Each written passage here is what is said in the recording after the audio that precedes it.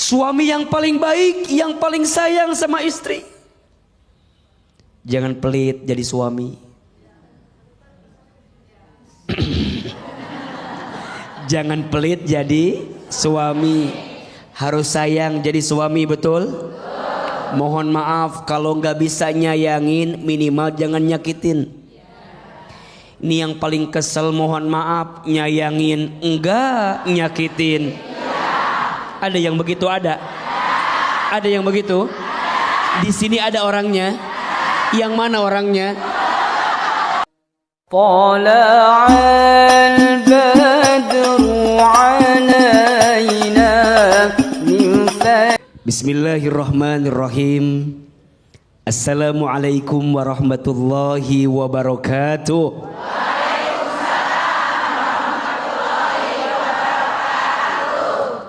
Alhamdulillahi rabbil alamin. Alhamdulillahilladzi anzala as-sakinata fi qulubil mu'minin liyazdadu imanan ma'a imanihim. Allahumma salli ala sayyidina Muhammadin sallallahu alaihi wasallam wa ala alihi wa sahbihi ajma'in. Amma ba'du. Bunda,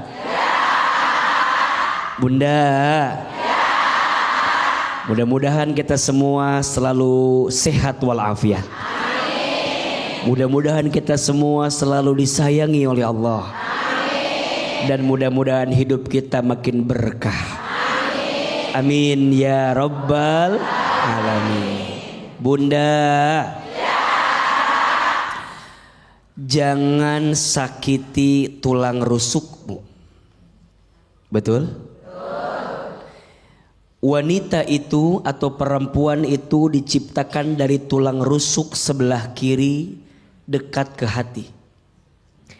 Kenapa perempuan tak diciptakan dari tulang kepala bagian atas?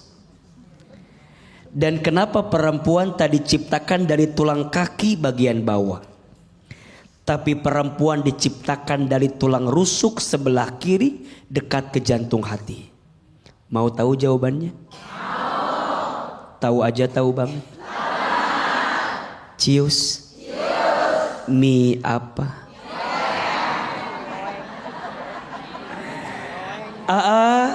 Apa alasannya?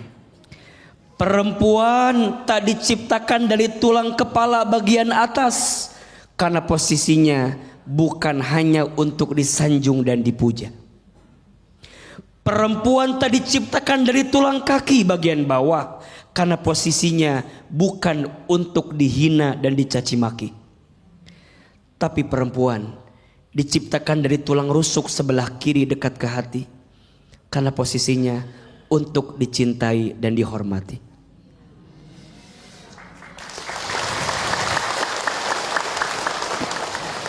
Maka kalau ada yang bertanya, siapa laki-laki yang paling baik dalam hidup? Suami. Siapa laki-laki yang paling baik dalam hidup? Jawabannya, dia yang paling baik kepada perempuannya. Betul? Saat jadi anak laki-laki, dia yang paling sayang sama istri, sama ibunya. Saat jadi anak laki-laki, dia yang paling sayang sama siapa? Ibunya. Saat dia jadi suami, dia yang paling sayang sama siapa? Istrinya. Bahkan nanti dia jadi ayah, dia pun paling sayang sama anak perempuannya. Betul apa betul? Jangan sakiti tulang rusuk. Saat jadi anak, jangan sakiti hati ibu. Karena sampai kapan anak laki-laki itu milik ibunya? Betul? Tapi ibu yang baik akan mengajarkan anak laki-lakinya untuk sayang sama istrinya. Maka tidak ada perbandingan antara ibu dan istri karena dua-duanya pintu kebaikan. Setuju? Suami yang paling baik, yang paling sayang sama istri. Jangan pelit jadi suami. Jangan pelit jadi suami. Harus sayang jadi suami, betul? Mohon maaf kalau nggak bisa nyayangin, minimal jangan nyakitin. Ini yang paling kesel, mohon maaf, nyayangin enggak nyakitin. Ada yang begitu? Ada yang begitu? Di sini ada orangnya. Yang mana orangnya?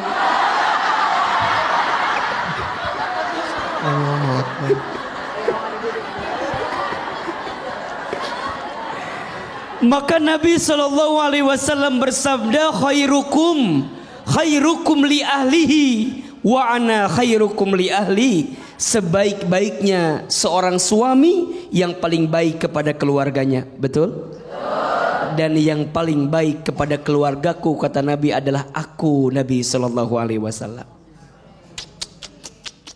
Maka jangan sakiti tulang rusukmu, wahai suami. Jangan sampai, mohon maaf ya, kita dengar banyak berita KDRT.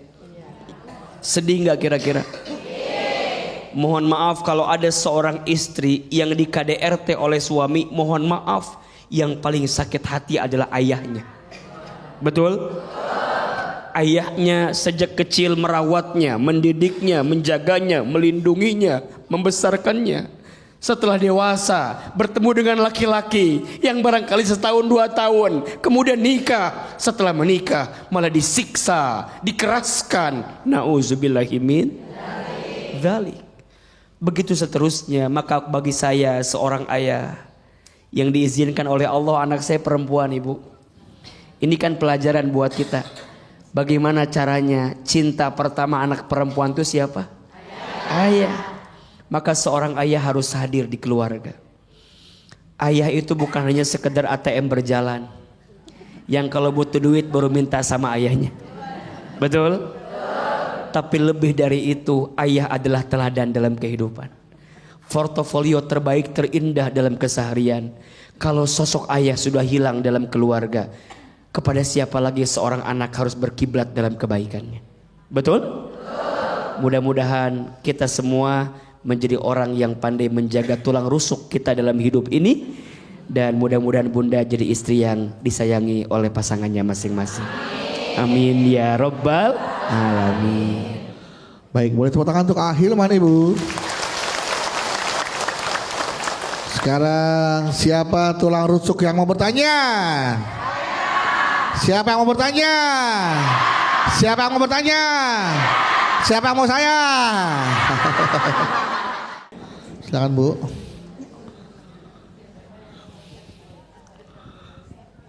Assalamualaikum warahmatullahi wabarakatuh. Waalaikumsalam warahmatullahi wabarakatuh. Perkenalkan AA, nama saya Nurjana, dari Majelis Taklim Halidayah Harapan Mulia Kemayoran, Jakarta Pusat. Ibu Cahaya Surga. Amin. Nurjana. Amin. Gak apa-apa. AA, saya Ya. mau bertanya. Iya, ya. Istri kan tercipta sebagian dari tulang rusuk laki-laki. Iya. Iya. Berarti kan kalau laki-laki itu menyakiti istrinya, sama saja kan dia menyakiti dirinya sendiri. Yang saya mau tanyakan sama AA. Kesini dong matanya, jangan ke saya. iya. Kalau A ke saya, ke Ya, A, kalau Bedu ke jika Bedu. seorang ayah yang selalu menyakiti istrinya atau berbuat KDRT, sedangkan dia mempunyai anak seorang perempuan. Nah, apakah kemungkinan jika anak perempuan itu menikah, dia akan mendapatkan dari pasangannya KDRT? Nah, seperti ibunya yang dialami oleh ayahnya. Itu yang saya tanyakan. Seperti Terima ibunya kasih. di alam. Assalamualaikum warahmatullahi wabarakatuh.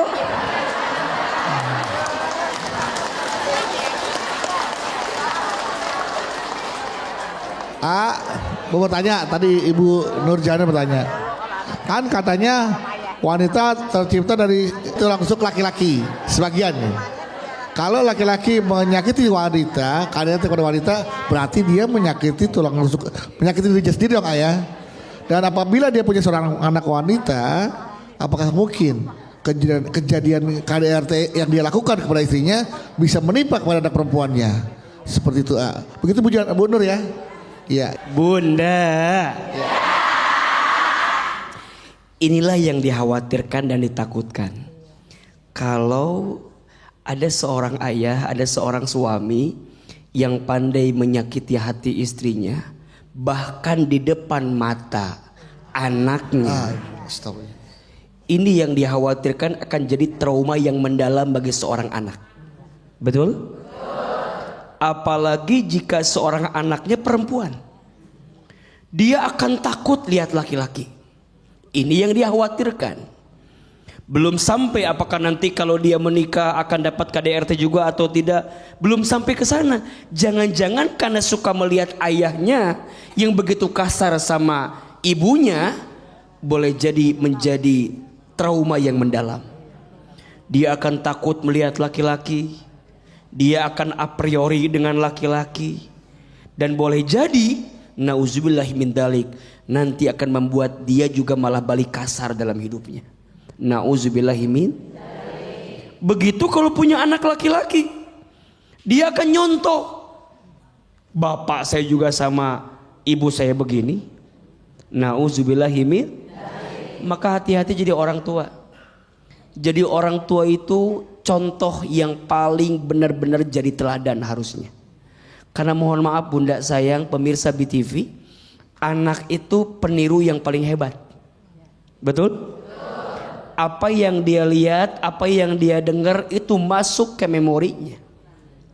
Makanya sering bilang, kalau bunda nasehatin anak pakai kata-kata doang, itu pengaruhnya 3%.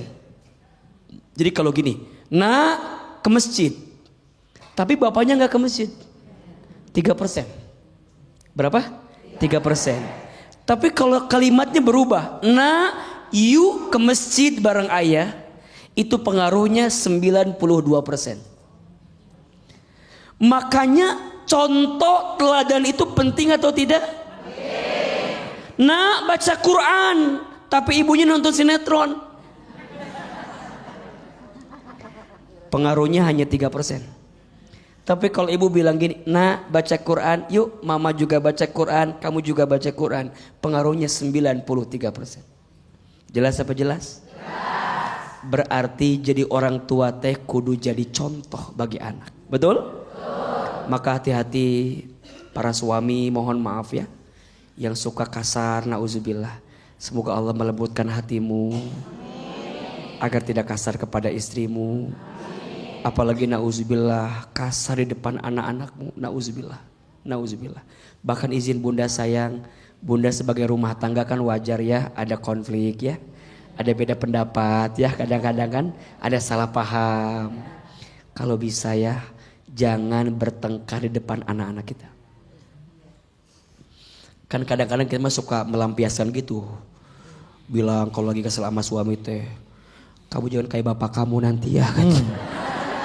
Ini padahal lagi urusan sama suaminya, kenapa jadi yang tanggung jawab anaknya?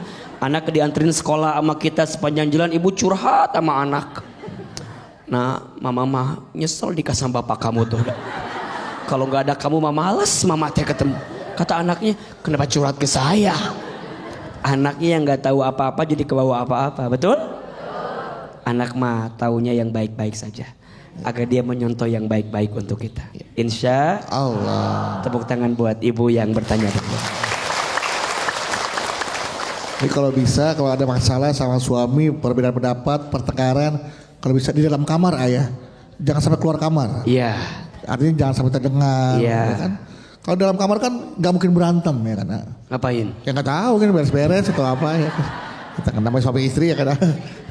Pasti habis berantem bayaan kan istirahat ya kan. Oke, silakan. Nah, mau tanya. Ini ya ibu silakan.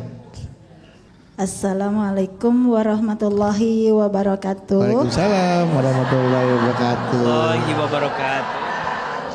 Saya Ibu Epi dari Majelis Taklim Al Hidayah Tajur Halang Bogor. Ntar bu, ada yang hilang bu.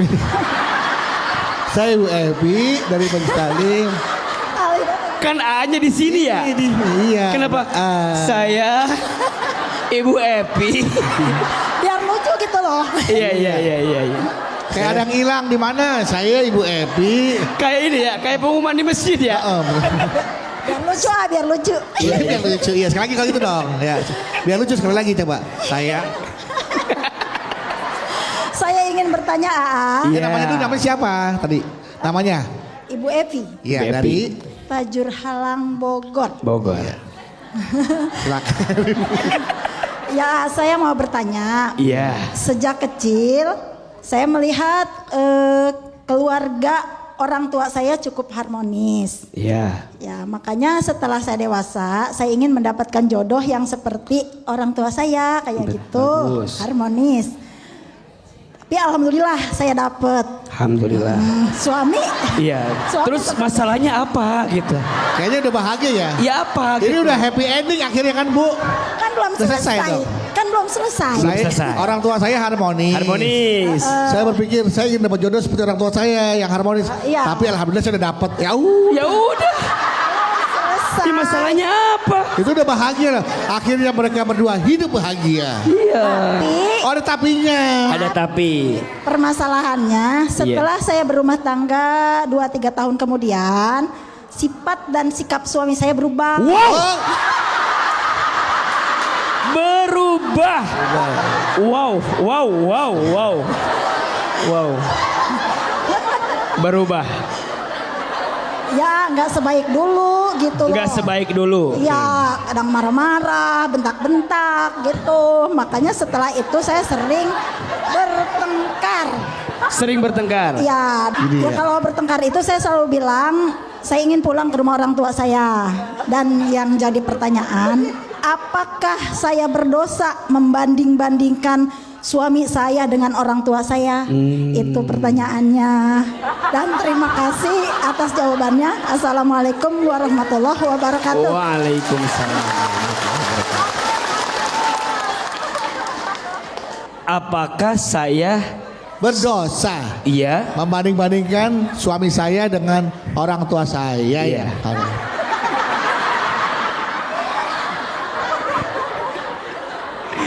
Ya Allah, Bunda. Wong ko kene kodi saing ke yo mesti Dumplak, dumplak, dumplak.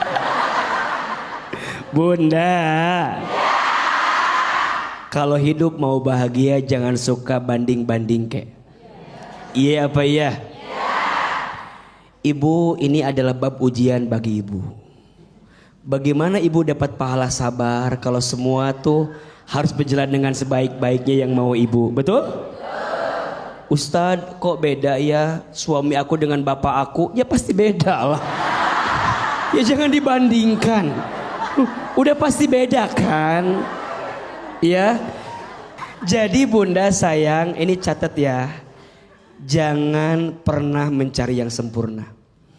Karena sampai kapanpun engkau tidak akan bisa mendapatkan kesempurnaan. Betul? Cinta terbaik itu bukan dia yang datang karena kelebihannya. Tapi cinta terbaik dia yang siap bertahan walaupun tahu kekurangan dalam dirinya. Bunda, jangan suka membandingkan suami Bunda dengan orang lain. Setuju?